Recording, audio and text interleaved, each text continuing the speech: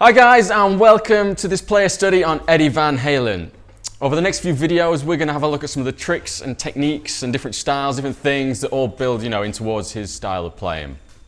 Okay, one of the main things we're going to look at is obviously tapping. Okay, so for these first few videos we're going to look at the basic principles and the techniques on how to go about doing right and left-handed tapping, okay, which was a main sort of part of his playing. He wasn't necessarily the first person to do it, but he sort of brought it to the forefront of rock guitar playing. Lots of people emulated him afterwards. So let's have a look at how we're going to go about doing that and what we're going to play for the first exercise. So the first exercise is going to be this. Okay, sounds frightening. It's not as difficult as it sounds, okay? With a bit of practice, these are all more than achievable, okay? So the first thing we're going to look at is our right hand and how we're going to position it on the neck for when we're doing the tapping. Okay, so we want to be taking fingers 3 and 4 and we're going to be resting them on the underside of the neck. This is going to be our anchor point, okay?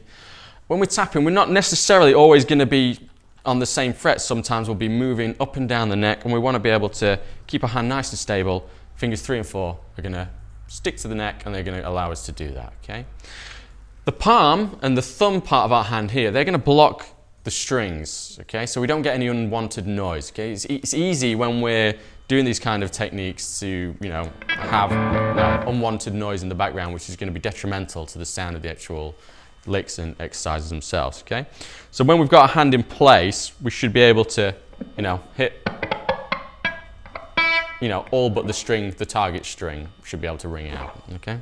Or shouldn't be able to ring out, should I say. So with our picking hand, with our pick, we're going to use our thumb and first finger to hold onto the pick. We're not going to be doing what Eddie does, which is transfers his pick, or I think actually most of the time he just holds his pick with the thumb and second finger and then uses his first finger to tap. We're going to be tapping with our second finger. It's a more modern approach to it, and it's going to allow you to combine other techniques, other different things. We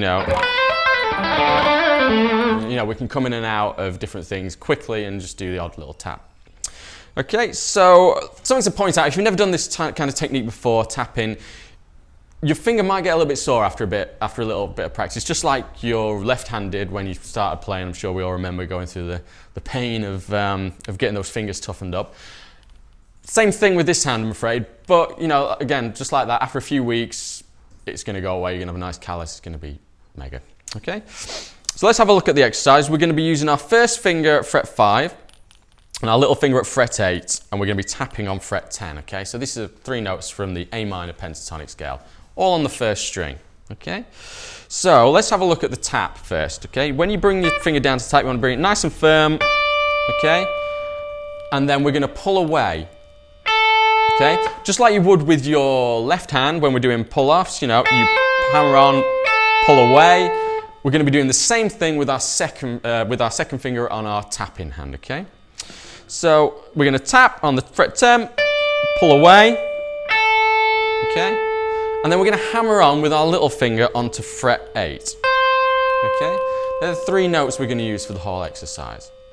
Now I should point out, as part of the noise reduction that we're looking at here with our palm of our hand, I'm using my first finger to block the second string as well.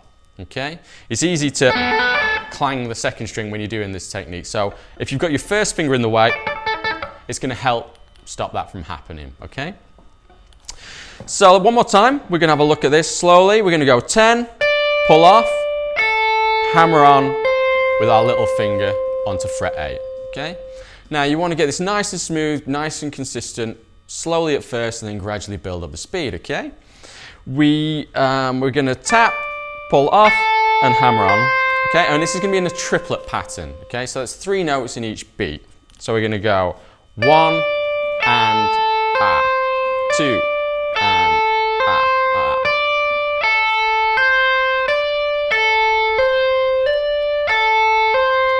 Okay, once you've got it at a nice steady speed, nice and even, you can then gradually begin to build up the speed, see how you get on with it.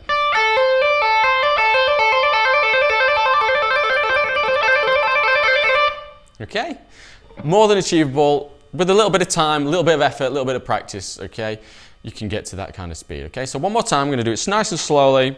We've got 10, pull off, fret 5, hammer on, fret 8. Tap, pull off, hammer on to fret 8.